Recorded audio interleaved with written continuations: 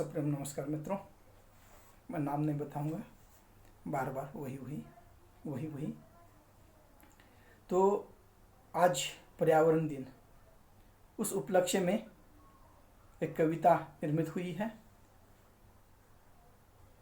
वैसे मनुष्य जीवन जीता है सुकून पाने के लिए, मन शांति पाने के लिए, और वह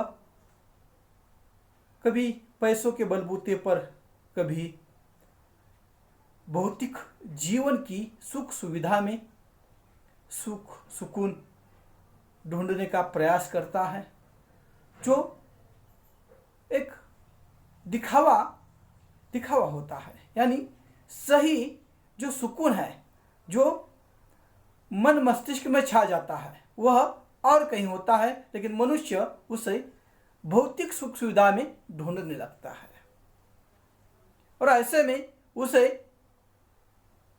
यह जो वास्तविक सुख की अनुभूति नहीं होती। और उस वास्तविक सुख की अनुभूति कहाँ पर होती है, कहाँ पर है? जो मनुष्य चाहता है सब जीवन के शिकवे दूर कर मन को एक शांत सा वो रखना चाहता है, तो उसकी जगह कहाँ पर है? ऐसे विषय को लेकर एक कविता बनी है, जिसको मैंने नाम दिया है मन शांति, जिसे हम सुकून भी कहते हैं। मन शांति तो वह मिलती कहाँ है?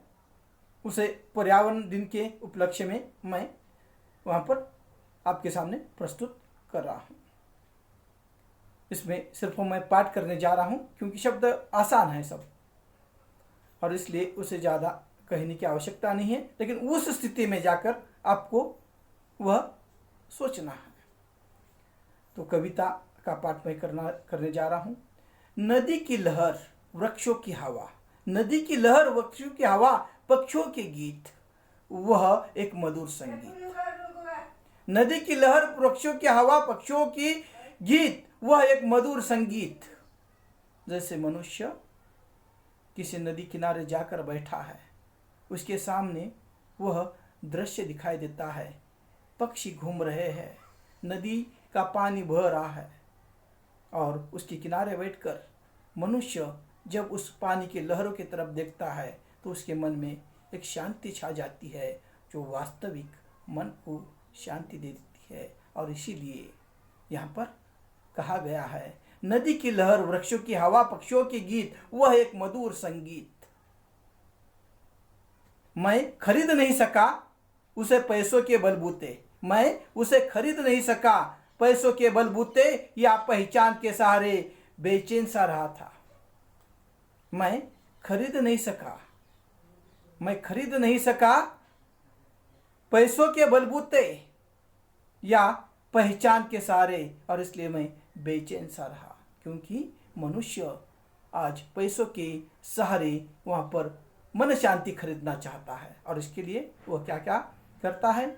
जीवन शांति के लिए शहरों के इन मोटर गाड़ियों की आवाज़ों से, जीवन शांति के लिए इन शहरों की मोटर गाड़ियों से, आवाज़ों से मैंने पैसों से खरीदी थी मन शांति।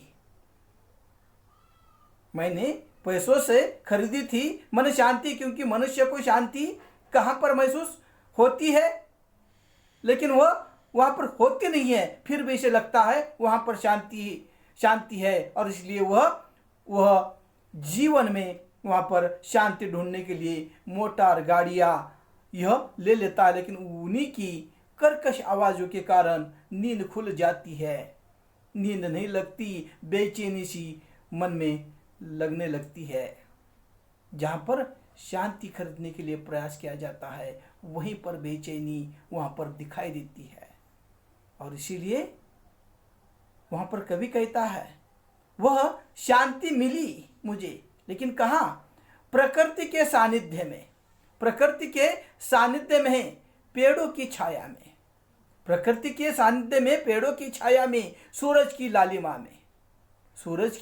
लालिमा में, क्षितिज से मिलते उन रंगों में, क्षितिज के उस मिलते रंगों में, जैसे हम कभी नदी किनारे शाम के समय बैठा है, क्षितिज दिखाई देता है और सूरज वहाँ पर डूबता हुआ दिखाई देता है, अस्त की ओर जाता हुआ दिखाई देता है, तब उसकी लालिमा वहाँ पर मनुष्य को मोहक कर देती है, मोहित कर देती है। और वह उस नज़ारे को देखकर मानो उसके मन को एक शांति मिल जाती है, जो रंग वहाँ पर क्षितिज को शायद मिलने के लिए जा रहे, ऐसी स्थिति हो जाती है। और इसीलिए कवि कहता है, मुझे शांति मिली, कहाँ पर मिली?